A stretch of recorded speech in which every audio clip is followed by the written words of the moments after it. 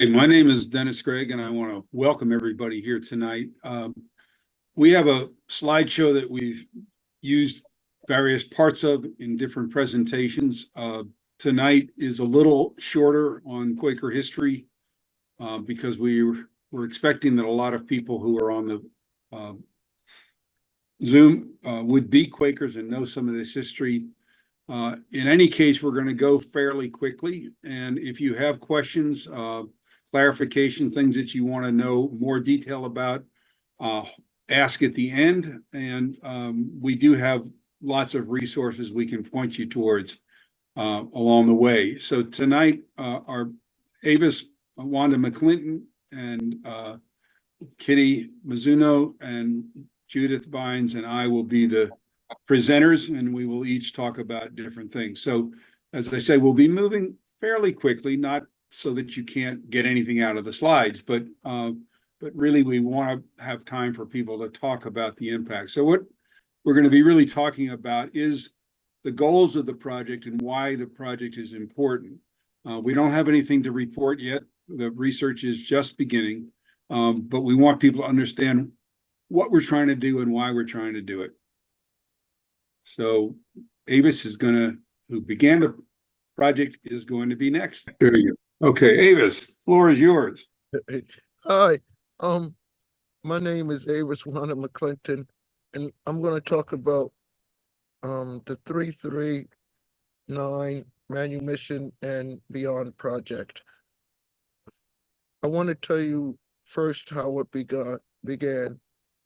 It was a leading from God for me to find out what happened to the enslaved people that were held in bondage by people that were Quakers. A lot of people didn't know Quakers were enslavers.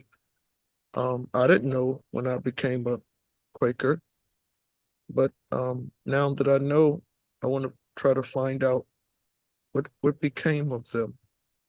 Just like I can sit on a meeting bench with a descendant of a Quaker enslaver, the enslaved people that were held in bondage, they here somewhere. They didn't disappear. So, hi, I'm here in beautiful Pennsylvania in my backyard, showing off my beautiful garden. And there go me. The first slide, the second slide is me and in Pennsylvania in a segregated class, and that's my kindergarten. And if you're looking for me, I'm on the left-hand side, right there. That's me. The little guy down under me that got a little crossed out. I guess he made me mad, and I crossed him out. But I paid for it dearly when my mother saw it, so I remember that day. But what I wanted to tell you that people forget that slavery and Jim Crow and segregation was alive and well in the North, and Northern slavery and Northern discrimination against Black people don't be talked about. What I can say about that picture, for me personally, that's my class, integrated with white children in the 3rd grade. And it was a traumatic experience for me and the rest of them, because the teachers and the janitors and the administration, they were very resentful of us coming and having to sit with the white kids in their class. So it was just not good, not a good time in the 50s.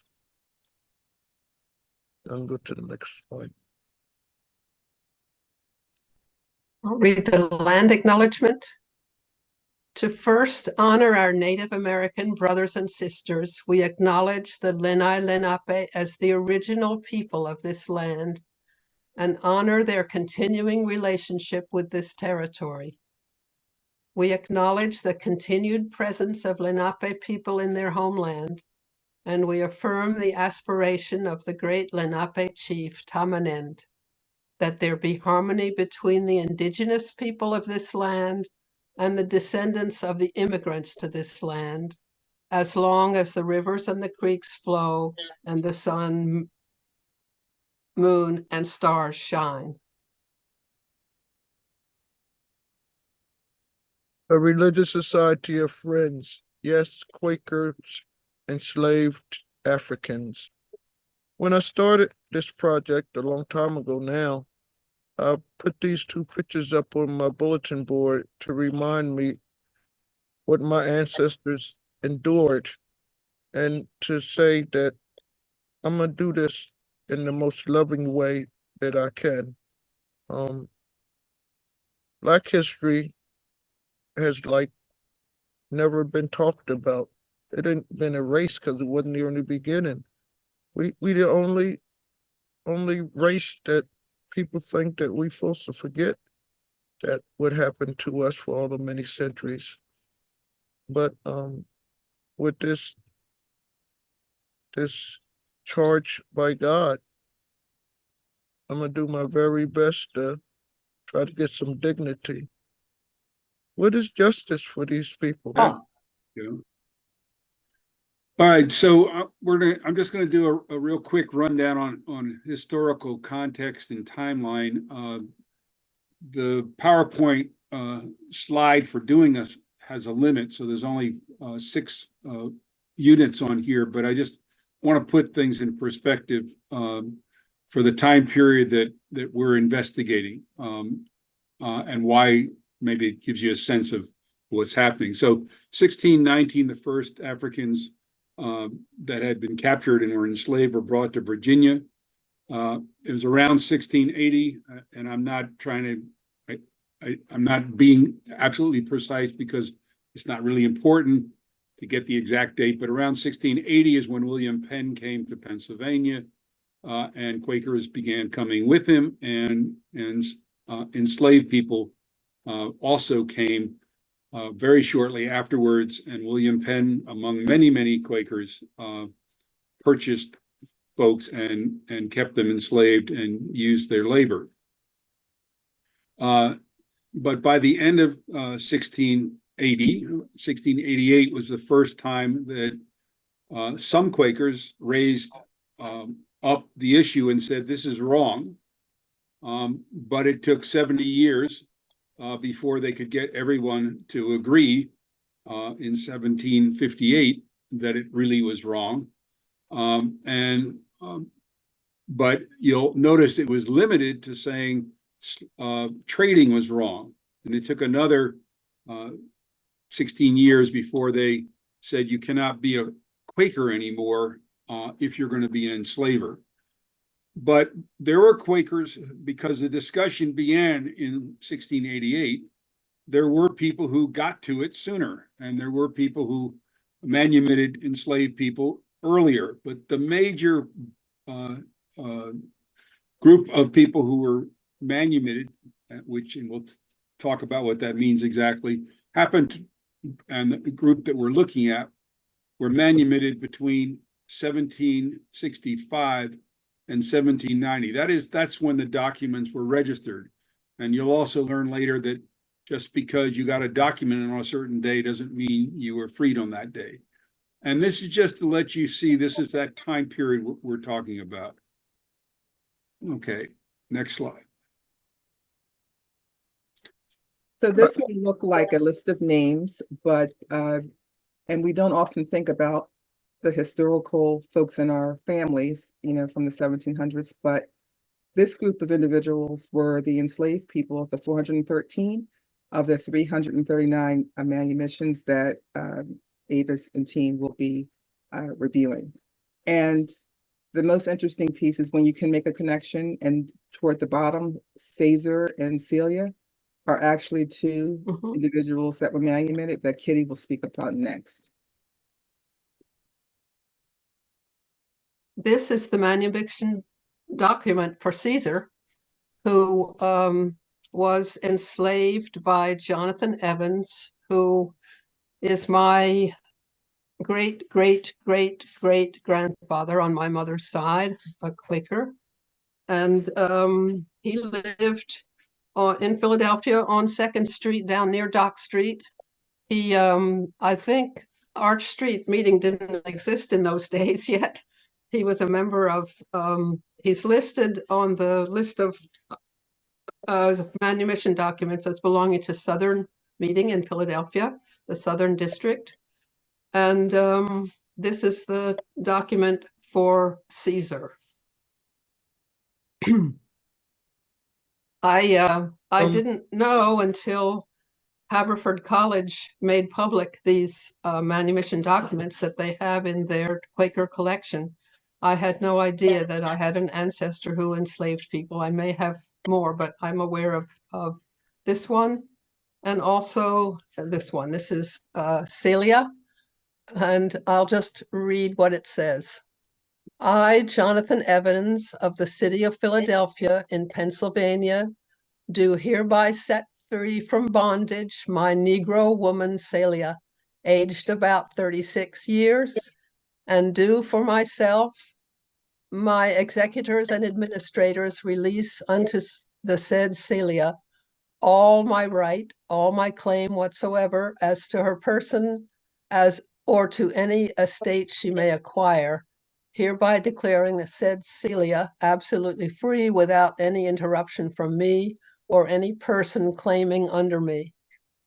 In witness whereof I have hereunto set my hand and seal this 27th day of the first month in the year of our Lord 1779, sealed and delivered in the presence of Sean Piles and Benjamin Evans, and signed by Jonathan Evans. So it was a big shock to me to learn that Celia and Caesar were enslaved by my ancestor. And I started to look up some things about them, and I learned that that Jonathan, I'm just going to read a little bit from a book that I found about his son, Jonathan, who was a member of Arch Street Meeting. But in the beginning of this book about his son, Jonathan Evans, the father, Jonathan Evans, who was the enslaver, it describes something about him. It says he was engaged in importing West India produce, sugar, molasses, rum, and other products. And it goes on to say, in the opinion of the author of this book, whose name is William Bacon Evans, whom I remember as a child, he's a Quaker, an Orthodox Quaker leader. He writes, it would seem that Jonathan Evans took his Quakerism rather lightly. Ministers' sons do not always follow strictly in the footsteps of their fathers. It is not known whether he attended meetings regularly or not. Certain it is that his meeting dealt with for keeping slaves. And I think pressure from his meeting was the reason why he created these two manumission documents so that he could remain a member in good standing of his meeting. Judy, Yes. Okay. would you go back to the timeline? I want to go back to the timeline of audience. You see in the red, the first date, June 19th, and the last date, November 3rd. Can you imagine what that represent, that the violence of what Kitty just said, that her ancestor, that's a historical document, he promised to release them two people. But a manumission is just that, a promise. We don't have any idea if they got their freedom.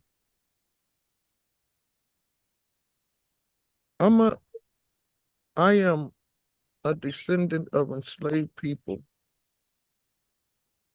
And the religion that converted to is a religion that is built on slavery.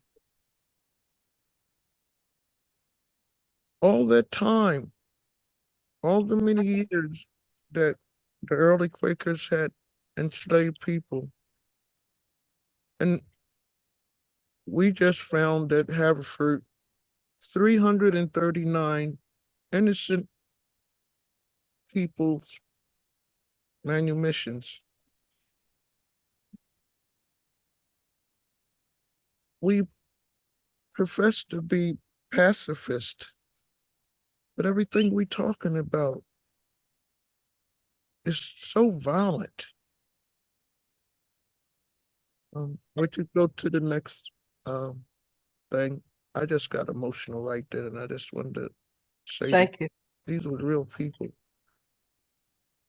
This is how Haverford, when they digitalized their the records of these innocent people, and you go to the left and it say 1776. This is you. If nobody don't know how to read it, is 17. That's the year, the month, and the day. And the saved person was Jack. And at that time, when he wrote this, there was a man, Jack was 11 years old, and he is promised at 21, that's what that age is, that he might be free. Didn't he a male? And where his meeting was Abington, and that's the meeting I attend, in Benjamin Lay, in Cheltenham, PA, and the slaver is Benjamin Matter right there. And he was a male, and these were the next ones were the witnesses, and the last one, person Holloway, Junior William, that was the clerk at that time of Abington meeting. All this information is is is vital to find out if and what happened to Jack. Here we put two manumissions.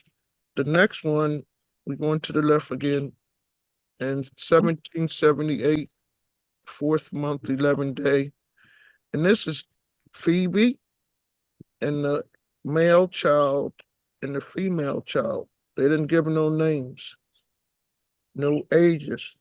But we know this one paper was for 3 people, a mommy and her 2 children in Northern District in Philadelphia. And this enslaver or slaveholder was a woman, Rebecca Steele. People forget that women inherit. They were enslavers too, female. And the witnesses and the clerk of the meeting at that time. Everyone on these documents are important because they have something to do with Phoebe and her children. So this is how Haverford archivist has got it laid out like this. So you can look at all 339 if you pull it up on your computer. They digitalize it.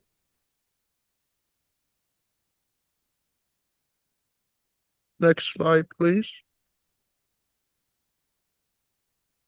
So what are we doing? The goals of the 339 project are really to acknowledge and recognize the forgotten 413 lives of these manumitted individuals. So as Kitty mentioned, how we get from the 339 to the 413 would be an example of what she had on the prior page, where you have one family that may be on one manumission document.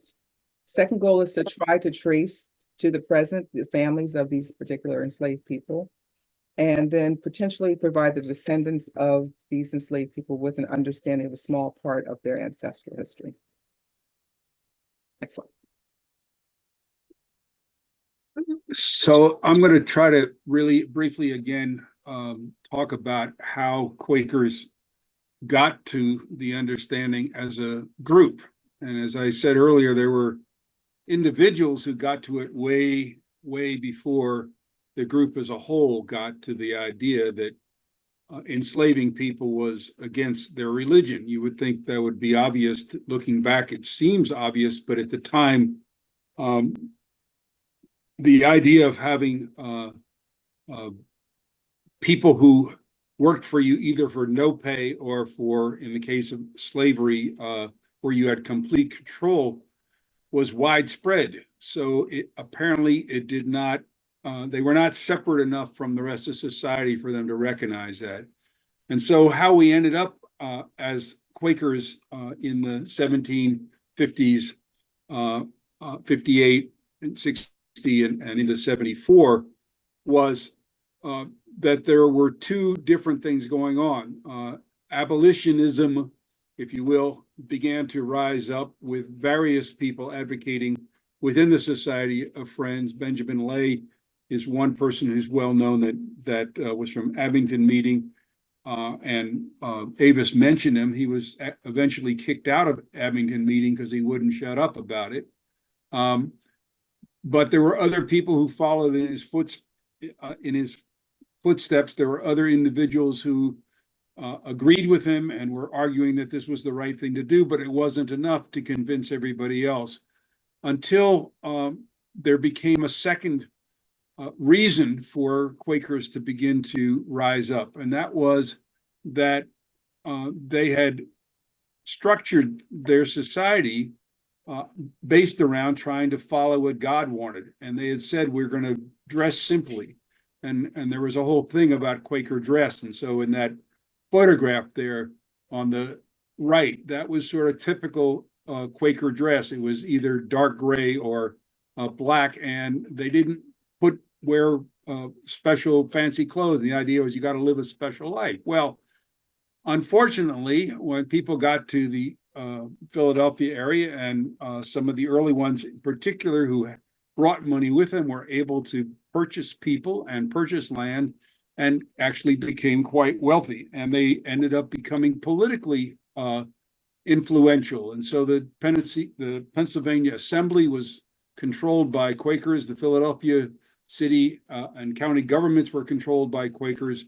And the same people who got wealthy and powerful also were in positions of responsibility and power within the Quaker world, including they controlled what was called the Quaker press.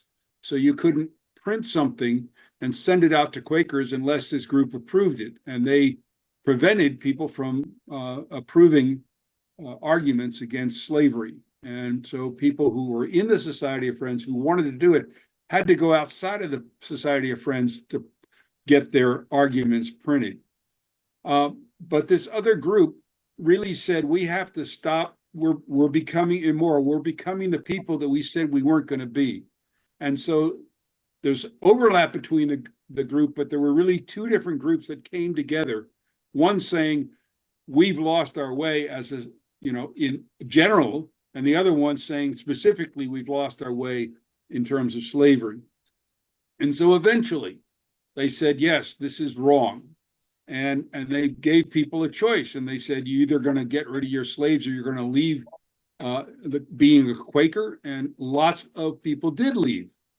But that gets to the second part, because one of the things that did not happen, and there's a lot of reasons to think about it, but many of them are cultural, is that even though Quakers eventually said you can't be a Quaker if you're an enslaver, that didn't mean that they said these Africans and African Americans, the ones who were born here, were actually our equals. And so it's one thing to say this is a human being, and this human being needs to be treated not like a piece of chattel or an animal or a possession. But it's not the same thing as saying this person is entirely equal and equivalent to me. And anything that is desirable for me would be desirable for them, to see that true equality. and Quakers fell down on that issue. Again, there were individual Quakers who were able to see the other, but as a society, we did not. And so when Quakers tried to join meeting or came to meeting, they were asked to sit in separate sections where they would not be directly in contact with the European Americans. And that idea of inequality and inferiority continues to filter down today. And it's part of what in modern times in the last 15, 20 years, as people have begun talking about institutional racism, these kinds of terms, this is that thing that came down. There was a moment there in history where Quakers could have said, not only should these people be free, but they are exactly the same as us. And there's nothing that should hold them back. But we didn't say that. I would like to jump in here a little bit.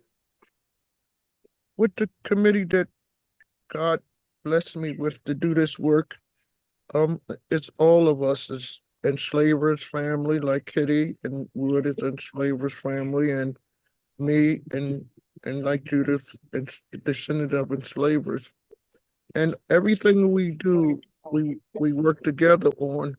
And we had little arguments when we're talking about this stuff right here.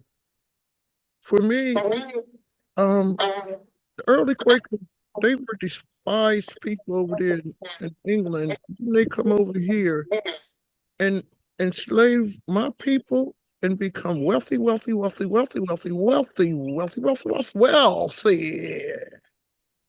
and powerful. And then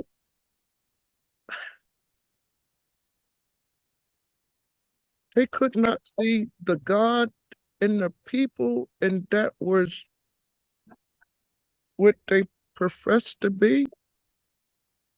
And the inferior, that's what I pushed to put that word up there, because in the meetings in 2024, that's all I feel. I feel as if I'm walking around in them times. Y'all, if you don't know, my history is getting kicked out of Upper Dublin monthly meeting and being told to go sit in the back.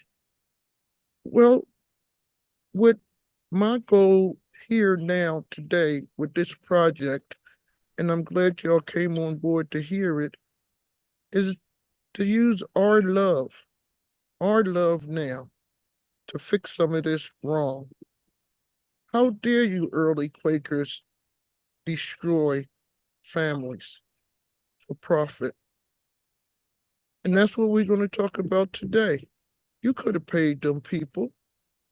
I worked on a project that uncovered this lost history of Quaker slave-holding inheritance. And I asked them, well, did they give the 339 or 413 people any money?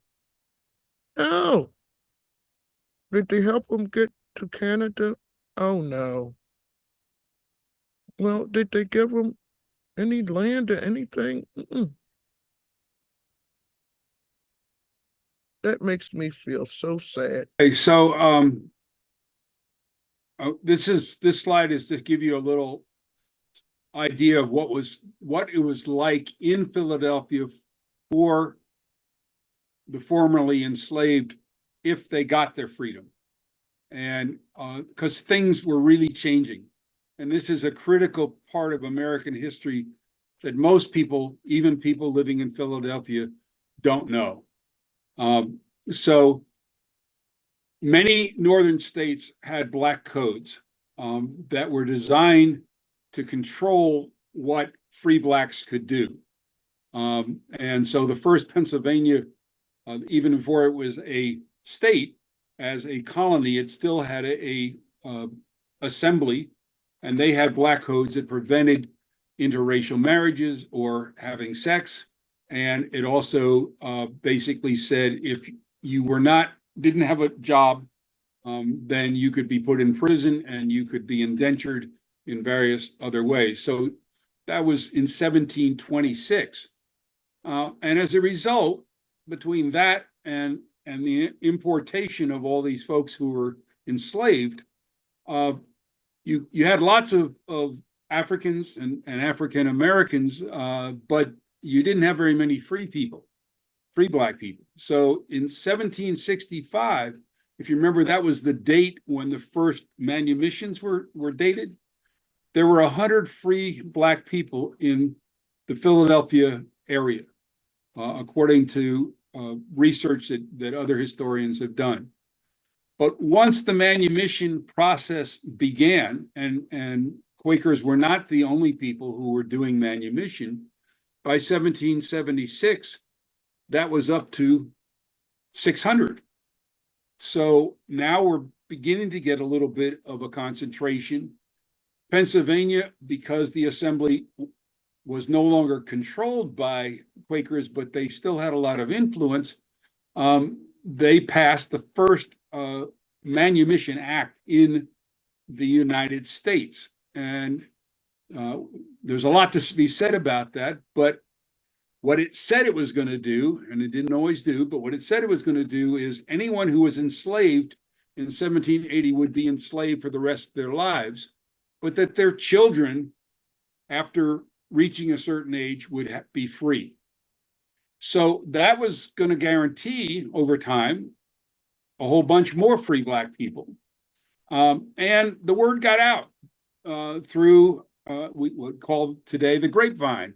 And so enslaved people in other parts of the region, including down into Virginia and Maryland, heard about this and said, I'm going to free myself and I'm going to go to Pennsylvania and I'm going to be able to blend in with all these other free black people, and they're not going to have it'd be harder for them to catch me and take me home.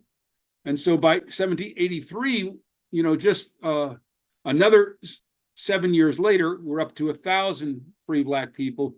And that's the largest concentration anywhere in America.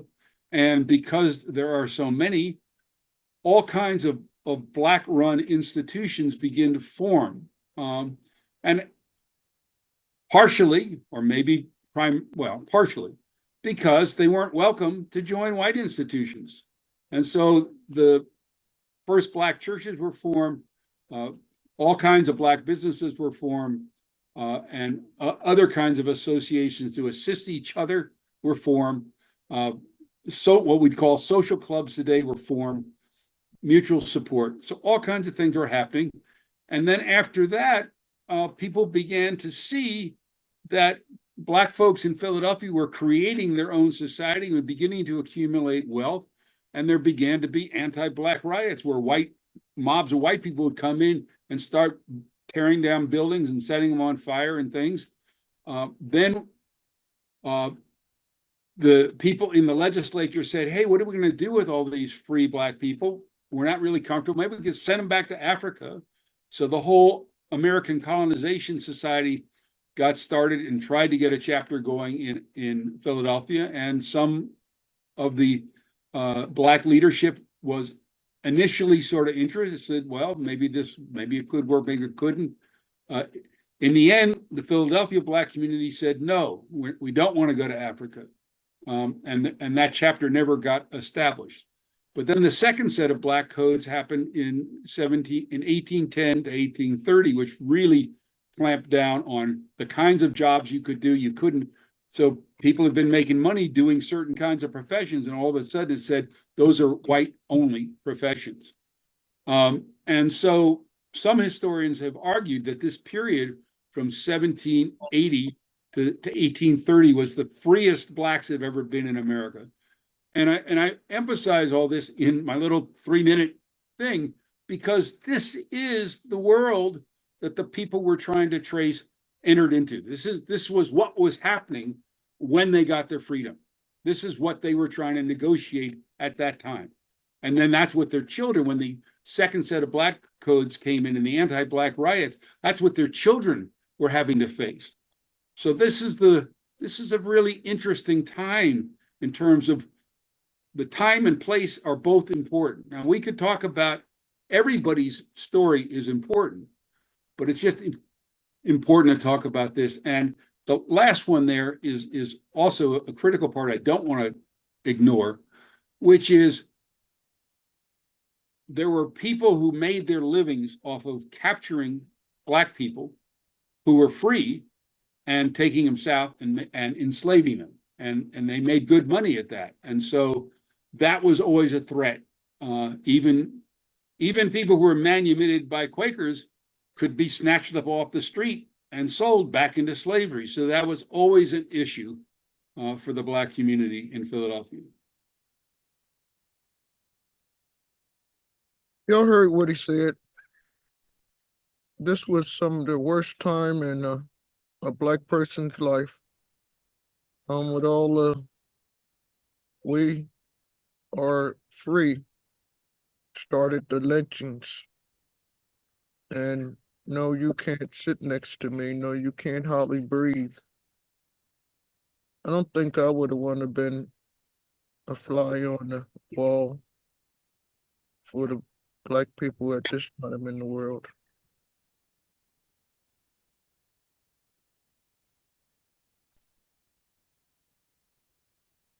So this describes the process that our group is doing to discover what happened to these people who were freed by Quakers. Our work begins in the Quaker archives of Haverford College in Pennsylvania, searching for information about the names and locations of these innocent people, as well as information about the kinds and amounts of support that may have been offered to the newly freed people. Then the researchers will move to county census records, birth and death records, wills, Black church records, records of the abolitionist societies who also provided support to newly freed people, historical societies, almshouses, insurance companies, newspapers, and other resources with records from the period of interest.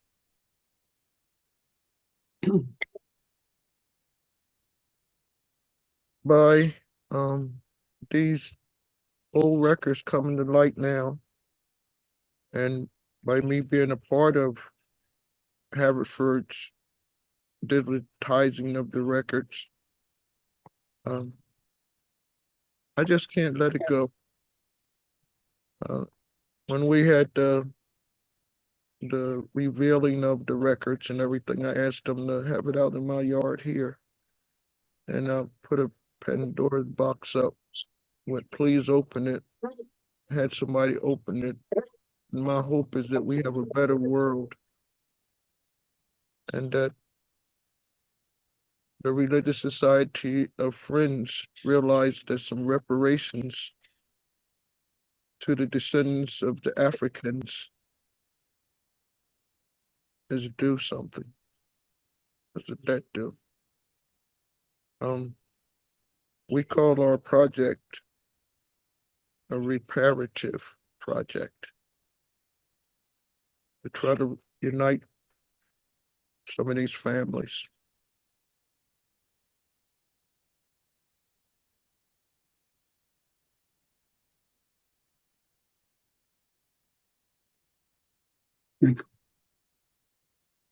So if you think about the comments that have been made by Avis and Dennis describing the history, we all know that individuals that belong to the Quaker Friends Society, they come in a variety of political affiliations. But as you look at this, regardless of what people may believe politically, we do need to acknowledge that to enslave a human being was wrong, and that we're not blaming people today for what happened in the past, but there is really something that has to be said about being comfortable with being uncomfortable about this truth. And with that, when you think about what Dennis talked about on the slides before, we have to analyze that and look at how that has impacted race and racism in this country. And then as well as the pain that still exists for many Black Americans today based upon this history. It's not something that didn't happen. It's not something that should be ignored. And the ability to acknowledge this will help, hopefully, with the racial divide and biases that slavery has created.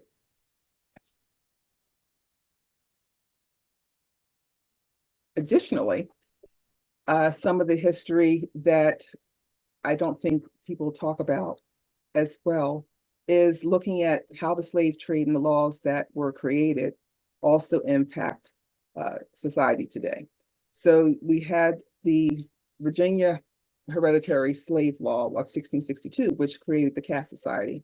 And with that, even though that was many, many years ago, that put Blacks at the bottom and other people of color. That has created over time a number of conscious, where I tell you to go sit in the back because I think you're Black, or unconscious biases, which impact how we behave with each other in the workplace, who our friends are, who we're comfortable with. And so a lot of these biases have come from what Dennis spoke of, and they've affected Avis in terms of what she's experienced within the Quakerhood, as well as some of the things that she dealt with when she went to school and not being able to be given the same educational opportunities that other white students had, even though she went to the Upper Dublin School District. So with that, and as was Dennis also said, what we were hoping is that the Religious Society of Friends will look at how they've benefited from the familial and generational wealth and privilege that over 200 years of slavery has brought to them, and basically think about, just as the Jewish people have, making sure that you don't forget that 12.5 million enslaved people came during the transatlantic slave trade, and of which only 10 million survived. Next slide. As we look at, Kitty.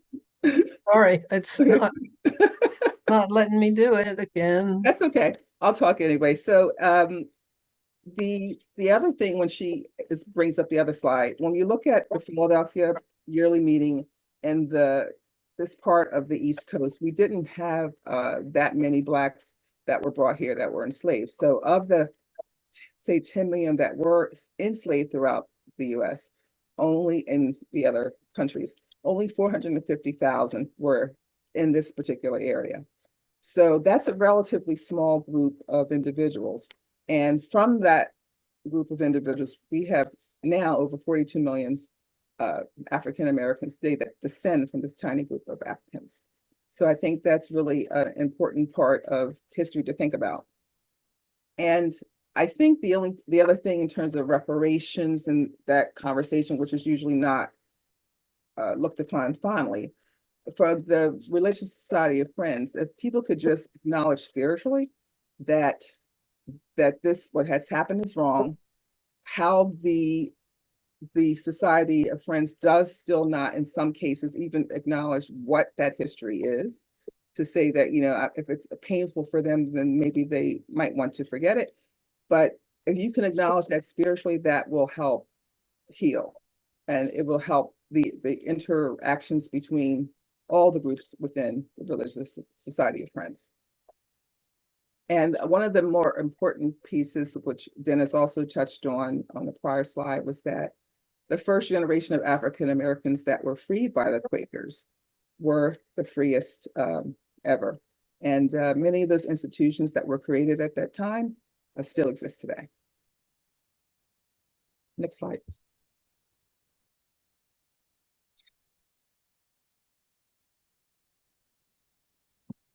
Dennis? Oh, I'm sorry. Yeah, so how are we doing this research is a logical question, and this is the answer to that question. So we have partnered with Howard University's Department of History, and they are using a graduate student is going to be the PhD student, is the lead researcher, and other people will be involved, but it's also going to be a open research process.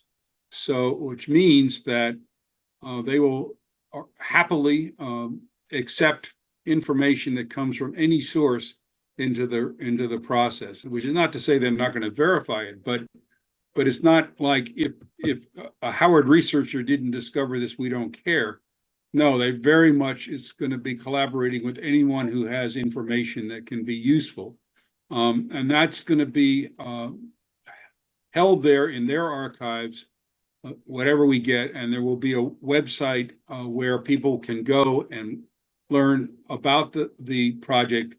And the thing that we are hoping for and expect, but we don't know the numbers, is to be able to recreate some family histories where we can say, this person was enslaved here and left that and went here and they did this kind of work and then they formed a family or reunited with their family and then they had these children and they attended this church, and we can tell a story of recreate a story of their lives down through the generations. And those kinds of family stories will be on that website as well.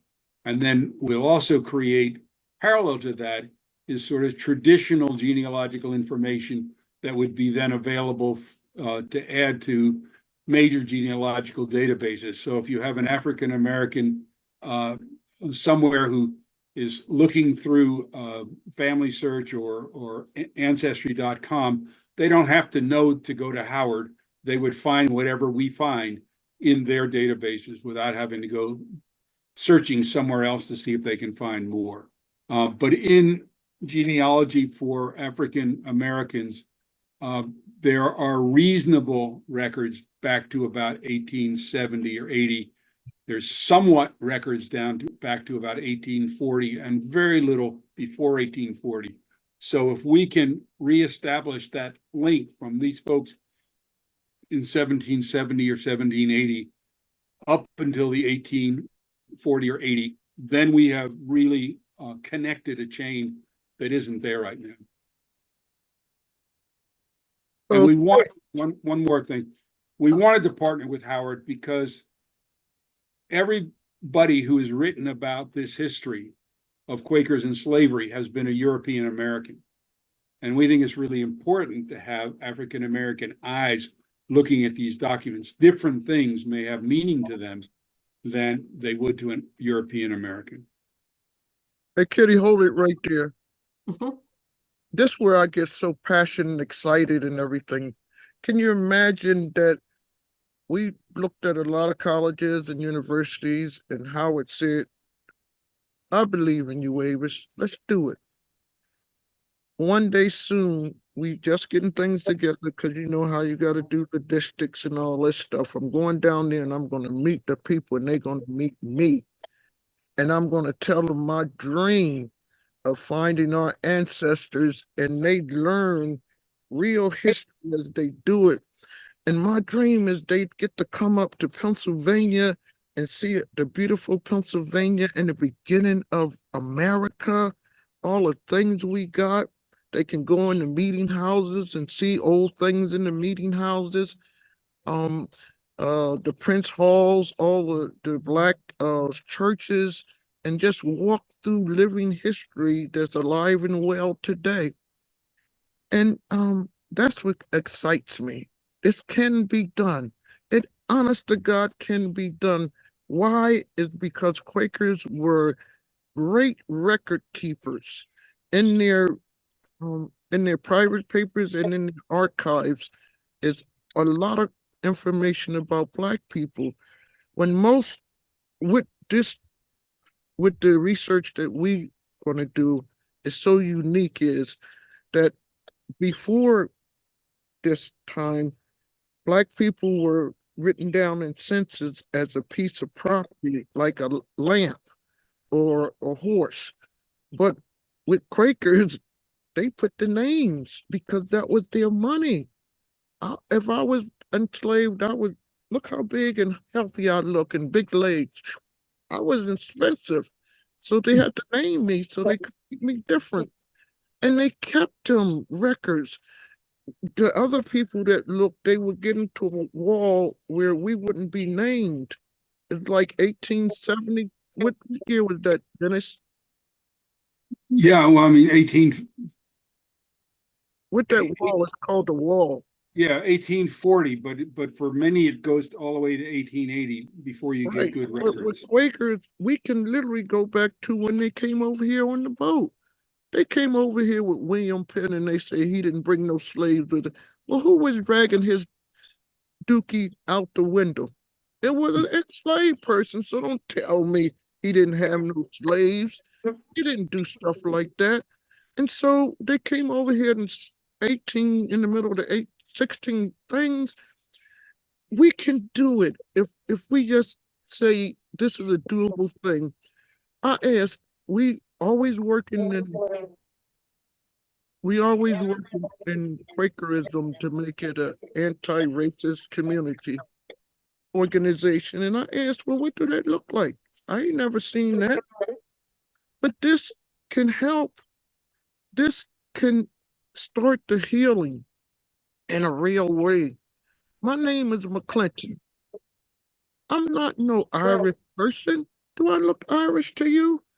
When I go to job interviews before the internet, they would think Avis Wanda McClinton would be a red-headed, toe-tapping Irish person, and here I come in there, big, beautiful me, and all of a sudden the job would go. And they can't speak English. They be go, oh, Mary, do we have it? No, we don't have no more jobs. We don't have no more jobs. I would like to know who I came from and where I came from. If my ancestors had a ran faster, you would never seen me. But they didn't. I'm here and I want to do something and I need y'all help. Not only do I need y'all financial help, because don't nothing run in America without moolah money, but I need y'all to believe that the God that we profess to love said, Avis, would you start this? And then you can step aside and we got this. Not ever, not yet, that we as a society of religious people said our love is bigger than the color of the skin of each of us. And I wrote this last night on my hand, our love. We are beloved community. Where do we show our love at? I'm doing my best to say I'm setting all this up. And behind the scenes is experts and big time people and companies that's trying to figure this out. But I want the religious society and friends to say, yes, it's worthy of our attention. Next slide, please. So piggybacking off of what Avis just said, what do we need from you? Well, individually, I think if you take all the information that you received today and then have some personal self-reflection and then a willingness to see outside one's own self for the greater good. As you know, we tend to gravitate, reflect on and understand and empathize with those that we feel comfortable with. And a lot of time that's not people who don't look like us. We need to acknowledge and own the past, regardless of if it's painful or something that you may want to forget because of what your ancestors may have done. But just look upon it and know what's true in your heart. Next, you can assist in supporting this project through accepting all of your past and respecting the impact of your past on your present and future. And lastly, supporting the project through positivity, word of mouth, research, and donations and other support. Next slide. So we ask you, if you can, please donate to our project. To the donations go to the Friends Fiduciary Corporation. You can see the link we have here. And perhaps, Dennis, could you possibly put that in the chat so people could copy it? That might be useful. But in any case, this is a reparative project with the full recognition of the damage done to enslaved Africans and the generational wealth gained by the Quaker enslavers, including people like my family. Restoring the descendants' family histories is a small but important attempt to repair some of the damage. So please, we ask you to donate. Would you go back one step, one, friends and people that's not my friend yet? Um, I really thought this out before I talk to people, because people don't believe black people. And I said, how can I make this a permanent, if something happened to me, thing that will go on? And also that people won't be worrying about where their money go. And I looked into how that, and Friends for Judiciary been down since the very beginning of Quakers in that time. And that's where the wealthy friends place their money to help other friends on projects in the world. And that's why I talk to Friends for Judiciary people, the managers or whatever you call them, maybe, and they suggested open up a special fund. What's the name of it again, Dennis? It's a donor advised fund. A donor advised fund for perpetuity things. Um, my dream and the dream that God put in me to tell you about today is that it's going to be beyond. It won't stop at just at Philadelphia yearly meeting. All the meetings of the 13 colonies, all the on the East Coast, the meetings, um, Baltimore, New England, all of them. Once we get a way to do it, once we know how to look into the different archives and the different places, we go to the next meeting and ask them, let's do this. The enslavement of a black person for all the many years is a big and complicated and going to take a lot of smart minds to do. I've often asked God why he picked me to do it when he had his children that are Quakers that got PhDs and contacts with all the world. And he keep reminding me in my dreams that trust me, I'll make a way. I'll turn their hearts. I'll turn their conscience. And you might say, Avis, you preaching to me. I hope I'm not preaching to you, but we need a lot of help. We don't even have like a website. Everything is at the beginning, and um one I can't do it alone. I need your money, but I need that you care about this. Um my email is Avis Wanda 1, because there's only one of me in the world, at Gmail. Anytime you want to reach out to me, I'm here. I'm terrified because I got a lot of pushback. Even I got physically assaulted. Philadelphia yearly meeting had to get escorts for me to go into meeting houses. For me, it's dangerous work, but I believe that God, he got me. And if I die, he got me there. When black people do something to deal with and the injustice that happened to them, they usually get their houses burnt down. They scared me enough, y'all. Would you go to the next? Oh, this the people that God gave me. They just came. I didn't even have to ask them. They just came. Dennis, Dennis, the white guy. We say the white guy. He was the one that encouraged me to follow my heart. Stephanie, that's a black woman. She's on in the air. Uh, California. Kitty, Catherine, Ruby, North Carolina. Wood, Wood's his family is a enslaver, Quaker, and he Virginia. Tina, Pennsylvania, Chester, Quaker, Maryland. David, he worked at Haverford on the digitizing, and he came aboard with us, but he no longer works at that college anymore. And my longtime friend Judith. And I want to say that me and Judith worked on the project.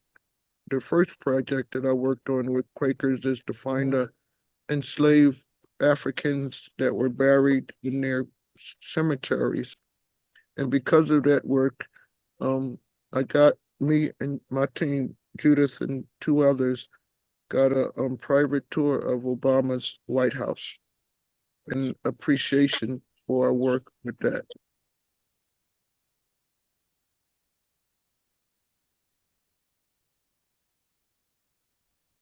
Thank you, Art Street friends. I really appreciate y'all letting me tell what we're trying to do.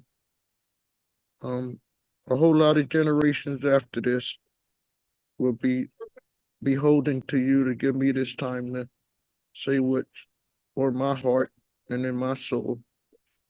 If you don't remember anything, it's our love.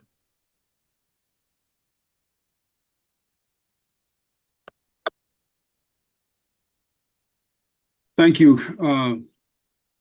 everybody, for hanging in here with us. And I know a number of people posted questions in the chat, but we really would like to open up this discussion right now. Just wave your hand or use the hand button or whatever, or just unmute yourself and ask a question. Lois, can you control this?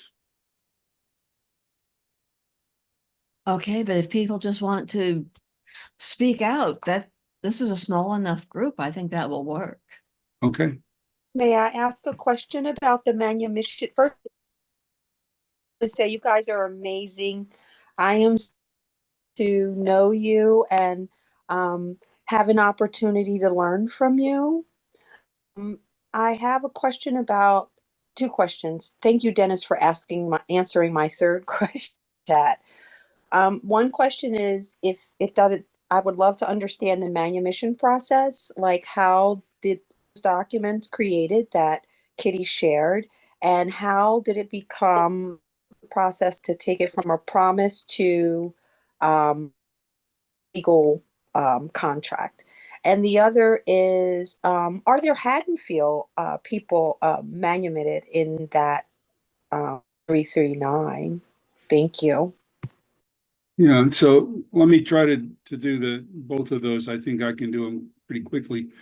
So it was a legal document, and once the Quakers said, we don't want you to do it anymore, not only did you take a manumission document down to the courthouse, but now the monthly meeting, the church said, we want to see a copy here.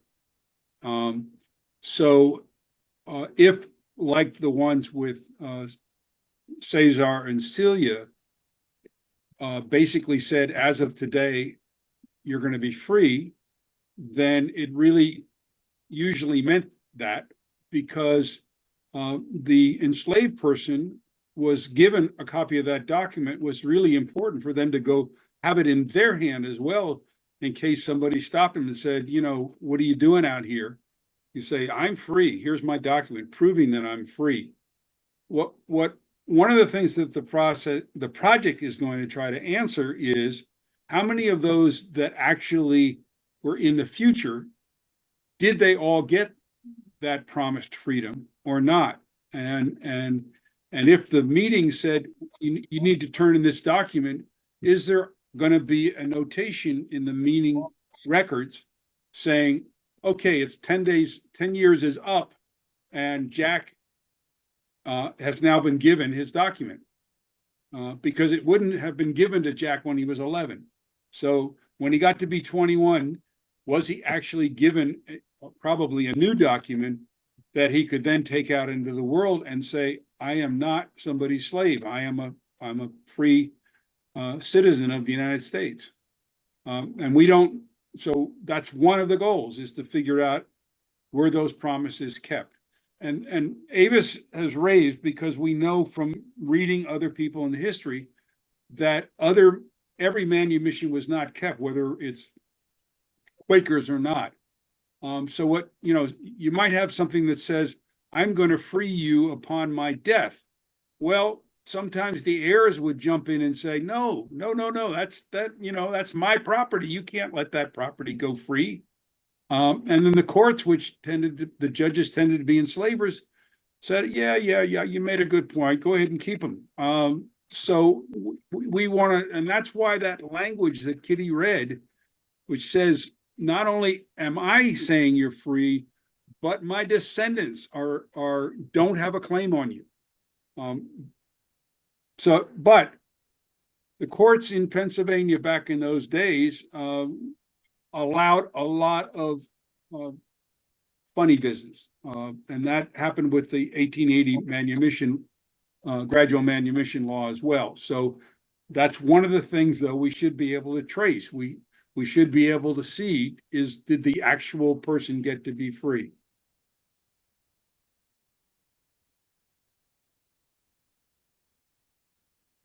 Next question, or did I answer that? Got the Haddonfield part. Oh, the Haddonfield part, yes. So the records of the 339 were records from the Philadelphia yearly meeting.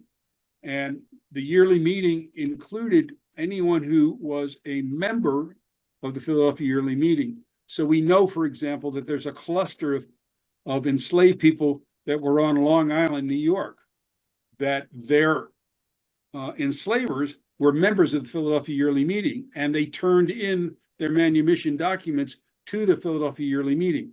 So Haddonfield was part of it, and we know there are some documents in there from Haddonfield. There's also some from Northern Virginia and some from Maryland. Hello. You can talk. Hi. What you want to say? Avis, do you want me to talk, or do you want the other lady to talk who's got her hand up? Oh, I didn't see. Sorry. I seen you, Kate. Okay, That's then I'll okay, I go can and then. wait. It's all right. Okay, sorry. since I'm on, I'll go before you, Yeah, Rosalind. that's fine. No Okay, worries. here's my question for you, and it's nice to see everyone today.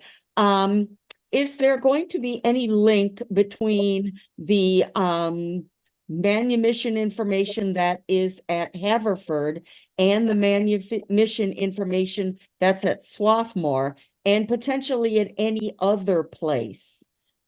Is that part of the plan down the road? Yeah, yes. Thank you, my friend Kay from Buffalo, New York. You're welcome, Avis. And the other thing is that we also want to include all the manumissions going back to 1700. So the people who were manumitted before the 339, we want to include them as well. But we just have to start somewhere, and rather than say we're going to follow every person enslaved by a Quaker in the United States, we're starting with this particular batch. And then once we figure out exactly how to structure the research, how to build a way to put the stories together, yes, that's the goal. The goal is to eventually do that, to try to include every person who is descended from someone who had been enslaved by Quakers.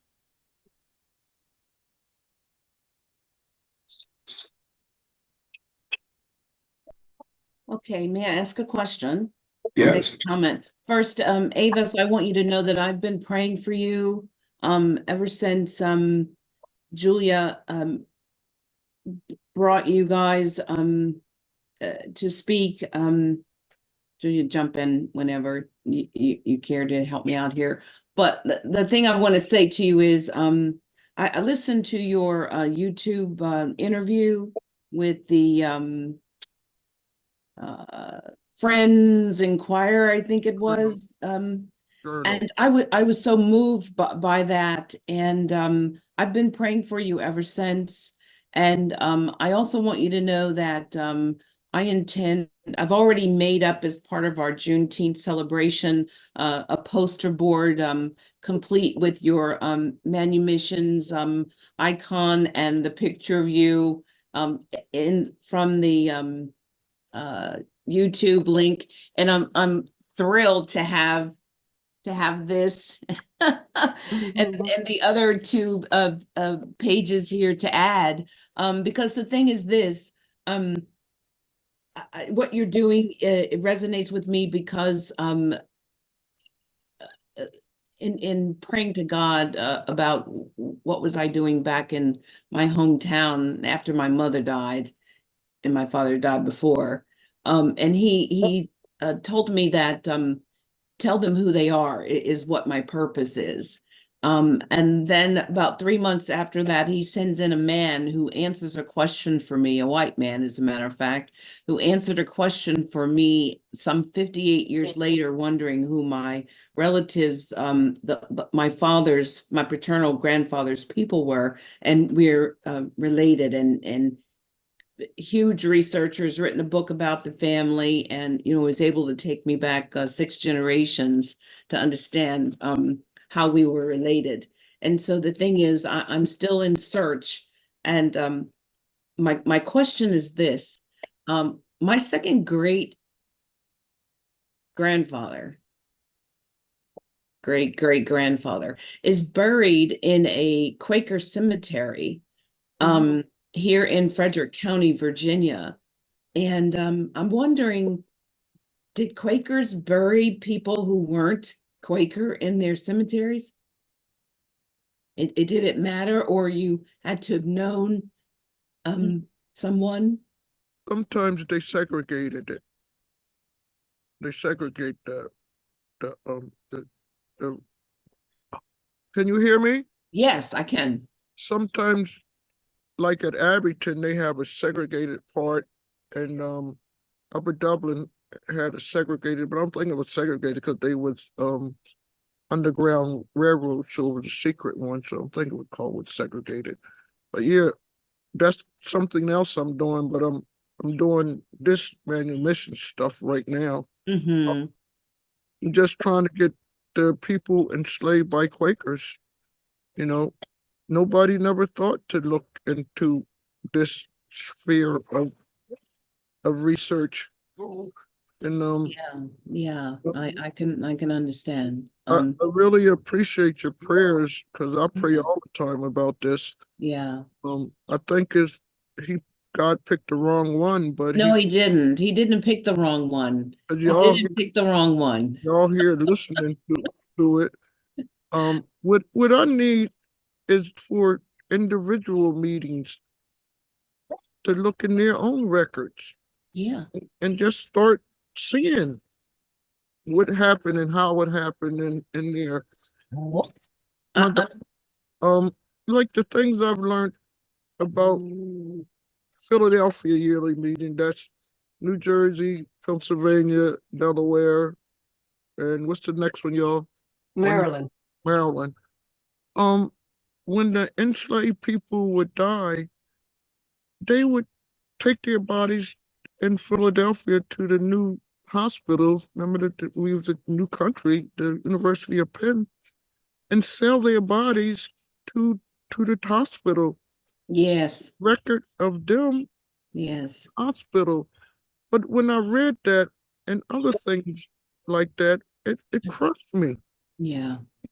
I understand. What do it mean to be a Quaker if you can't see the God? And then Yeah. when they die, you can't rest in peace. Yeah.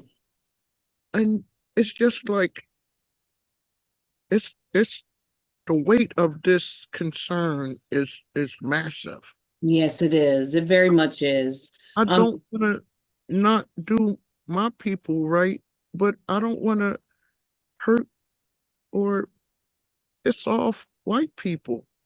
But we both ain't do it, Yeah, we got now. We're both victims of the evil one who comes to kill, steal, and destroy. So, really, there's victim on both sides. But I want you to know this, that right down the street from me, about 3 blocks, is a Hopewell Friends Center meeting house. And I'm very close with some Baha'i friends. I have Baha'i friends and some Quaker friends. And I intend on going a bit further with the research so that I can find out, because I did get to understand that the land that this cemetery is on was owned by Quakers. Robert McKay, as a matter of fact. This same gentleman, Julia, that owned that property where Enrico Baltimore Cemetery is. So in any event, I'm really quite honored to meet you, and I want you to know that God makes no mistakes. He makes absolutely no mistakes, and so He gave it to you. Please claim it. I understand being terrified. When you said the man jumped on your back, I thought, oh my God, I hope that there are people who can see that this person needs some help, but nobody can tell your story the way you tell it and show your heart. And that's what people need to hear, to open up themselves and to be able to feel your pain and then work through their own issues in doing that. So I can't wait to see you and meet you. Howard University is about an hour and 45 minutes from here. And I'm just jazzed to be able to talk about you at the upcoming Juneteenth. We have 3 of them. So Julia will be at one in Warrenton on Saturday, and I'll be at one in Winchester, Virginia, at the Museum of Shenandoah Valley, and also in Front Royal, Virginia, Warren County, which this is the first Juneteenth they're having. And it's going to be a thrilling time, and you will be talked about because I've already got you on my board. And I wanted to be here just so I could get some more information to talk about it, because my Quaker friends are going to tell me what the deal is. So thank you so much, and God bless. Continue to bless you and everybody else here. Thank you. Anybody else would like to ask any questions? Please ask questions. I don't have a question. I just want to thank you guys. This is really deep and important work. I Where appreciate you it. from? I'm here from Memphis, monthly meeting. Hey, Memphis. And I'm a descendant of some of the Welsh Quakers, so I'm sure I have some history to uncover. If you find any information, slide it to us. Oh, you know it. You Sama, right? Yes, Memphis is part of SAMA. Bless our hearts. Bless their hearts. I know. There's stuff going on tonight, and I was like, this is the one I'm coming to. Yeah, they called me. I told them I'm busy. Right. No, I'm holding them in the light, and I'm over here. So Before everybody leave, did y'all get our message? Did y'all know what are we trying to do? Can y'all do like this? Do you know what we trying to do? yeah, Was with you. Was it effective? Yes, and very clear. It wasn't effective? Okay. Effective and clear. Yes. It was very effective and very clear. And I took pictures of every screen shot, every frame. So I hope that it comes through on my cell phone. I have a pretty good cell phone. But yes, it was effective. And I think that the most effective thing was that you are telling the whole truth and nothing but the truth. And so there's nowhere to run, there's nowhere to hide. And one of the things I like about being involved with coming to the table is that the people who are part of it have already outed themselves as being ones who want the truth told, and to be set free and to be reconciled and liberated and all the things that are necessary to have a conversation to, as we call it, strengthening our ancestral kinship is where we are with it. Taking America beyond the legacy of enslavement is what coming to the table is all about, Avis. So I thank you again. Well, my first cousin said, I'm worse than an old broken refrigerator. I won't keep nothing.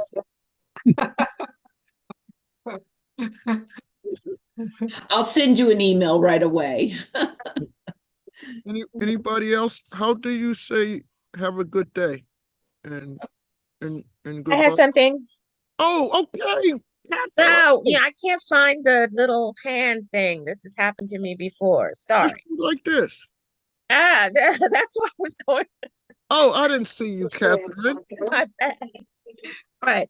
I'm Catherine Knocker, Friends Meeting of Washington, and that's Baltimore Yearly Meeting. I would like to, help you guys in any way that I can get the word out to more yearly meetings. Because I feel like Baltimore Yearly Meeting isn't really aware of this project. And I think they weren't even really aware of, your work to get the graves identified and, marked before they're all gotten rid of. And I'm not sure how one does that, but it's the season of Baltimore's yearly meetings annual session is coming up, French General Conference is coming up. I guess I'm trying to think of ways of spreading the word out. These sessions are helpful. I think I've been to 2 of them now, Avis, that you've clued me into. So clearly more people are hearing about it. But like I said, friends, the FMW Baltimore Yearly Meeting, I'm not hearing the buzz yet. Catherine, if I may, my name is Julia. I'm a journalist. I write for the Philadelphia Inquirer. I've done 2 Cool. stories for the Philadelphia Inquirer about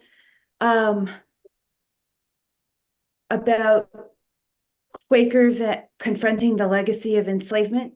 One is exclusively about Manumission 339 and beyond, and the other is about siblings who are Quakers, who are from the Philadelphia area, and they dove deeper into their ancestry than anyone else had done and sort of engage in and discuss and created a book so that those who come after in their family will know that they are descended from a Quaker enslaver that was super intense.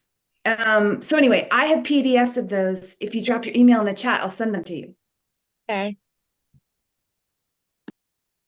Thanks. Oh, it's good to know you're FGC too. That's right. I think you told me that, Avis. Hey, KK. Hi.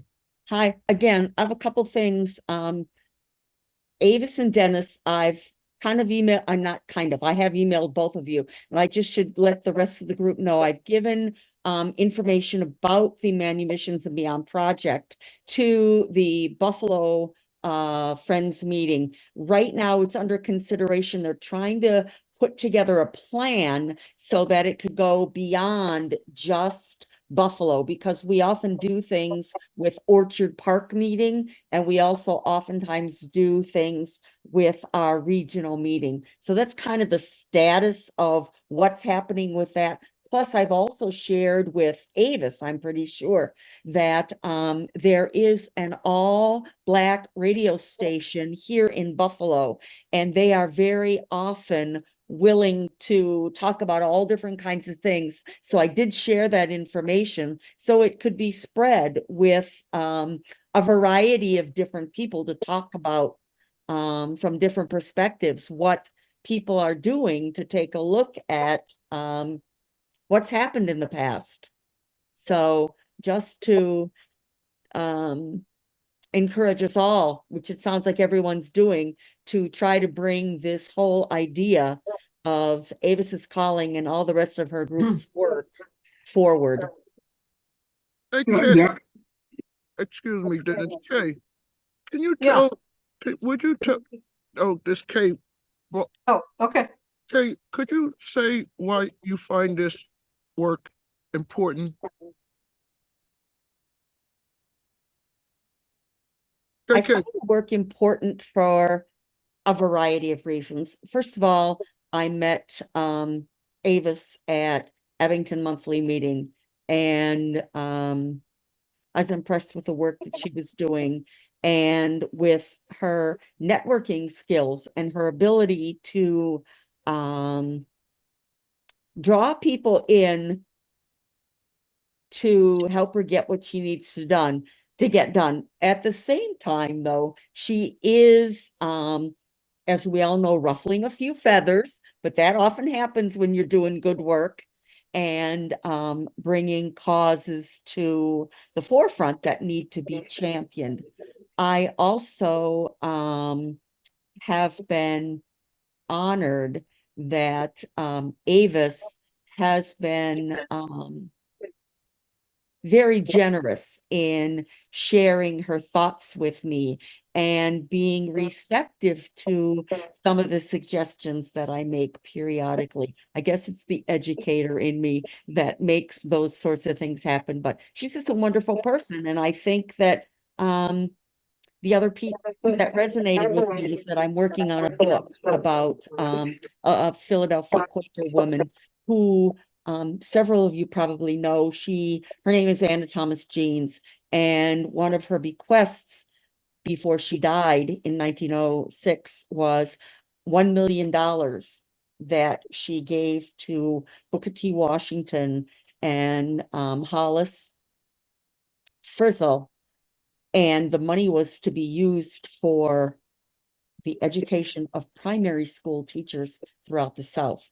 And the work that she did, or the money that she gave to these people, she had a couple stipulations. First, the gentleman had to come and get the check before she died, because she did not want her family, because she was the last one, to not get the money. She wanted them to get the money and not the family. And I thought that was really important. And my research has also substantiated that much of that money that she gave, it actually helped to create a very positive impact on education. And there's lots and lots of information about that. And Avis has actually asked me if Anna's family were enslavers themselves. They were not. I do not know about any other branches of her family. And I'm afraid that if I go down that path, I'll never get my book done. But maybe that'll be the next part. So thanks, Avis. You're great. Hey, Kay, you think I should get my suitcase ready? Avis, I'm working on it. I got a whole list of places we're going to go visit. Avis, I'm wondering if you'd like to say something about Friends General Conference. I know that Catherine mentioned how important it is to spread the word about this project more widely, and that's coming right up. So what can you say about that? Maybe you or Dennis. Hey, Dennis, you looking down and sad. Why don't you talk some, man? You like to talk. So we are going to be doing two presentations at Friends General Conference, one on Monday, the July 1st, and the other on July 4th. So I guess we're celebrating something on July 4th. But yeah, we're going to try to spread the word. And I guess what I wanted to say to everybody else is, carrying this leading, but it's really our jobs, each of us, to do what we can to move it along. And so we're not going to get where we want to go if we don't get more people really understanding and advocating for the importance of the work. And yeah, we'd like every monthly meeting in America to know about it and be enthusiastic about it. We'd like every yearly meeting, but those of you who are Quakers know that that process starts with some person saying, I think this is important, and taking it to their monthly meeting and then taking it to the yearly meeting. That's sort of how that happens. So we just need everybody to do what they can to spread the word. Well, I was just going to say, this presentation is not the first and certainly will not be the last. And we're sort of, you ask us to come and we will come. At least one of us in person and the rest of us virtually, and depending on where you are. Dennis,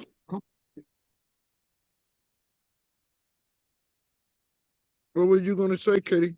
I was just going to say, Dennis mentioned other presentations. If you go to the, on Facebook, the 339 Manumissions and Beyond project has a page where you can see recordings of different presentations that we have done. One of them, for example, Kay, you mentioned Black Radio in Buffalo. We did a program on WURD Black Radio in Philadelphia also that is on Facebook.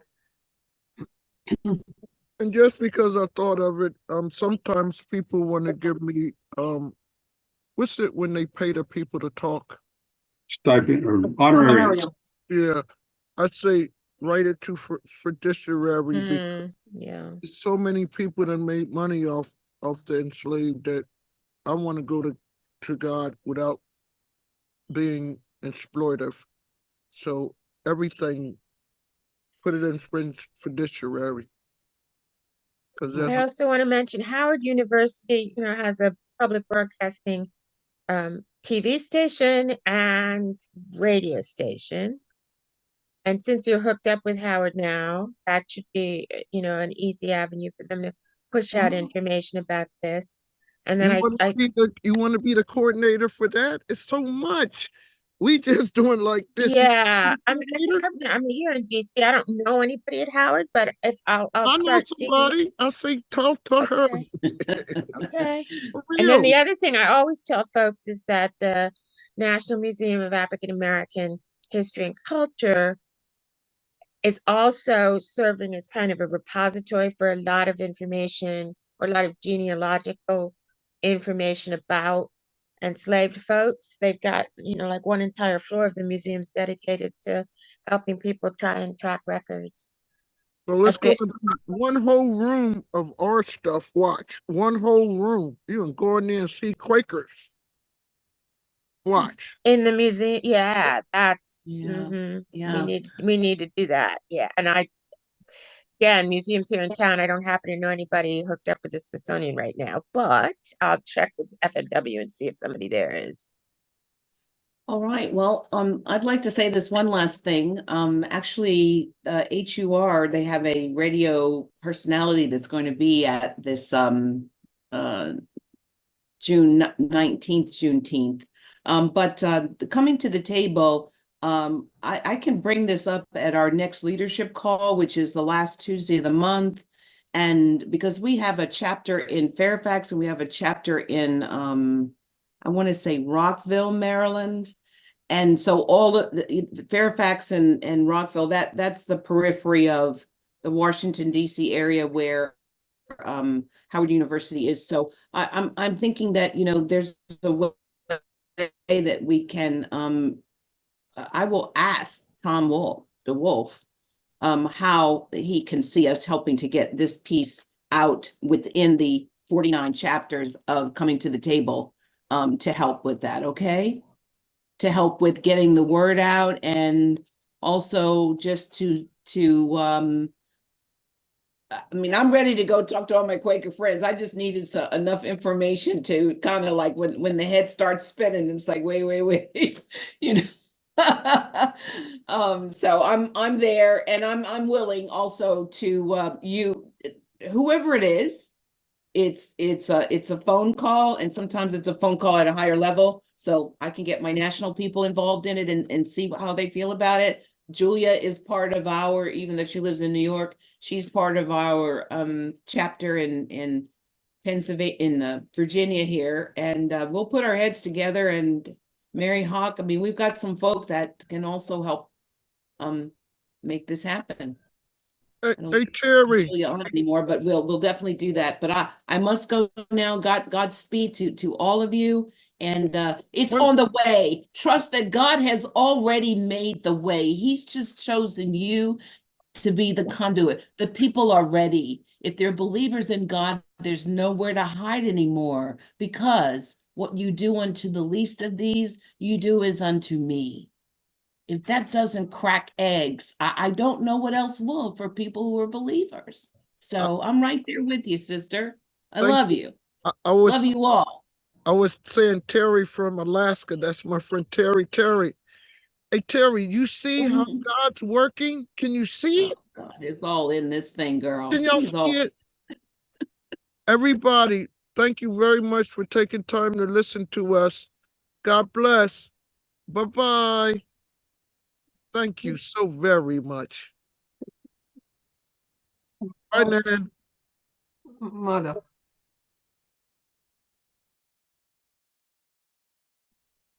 Okay, turn off the recording.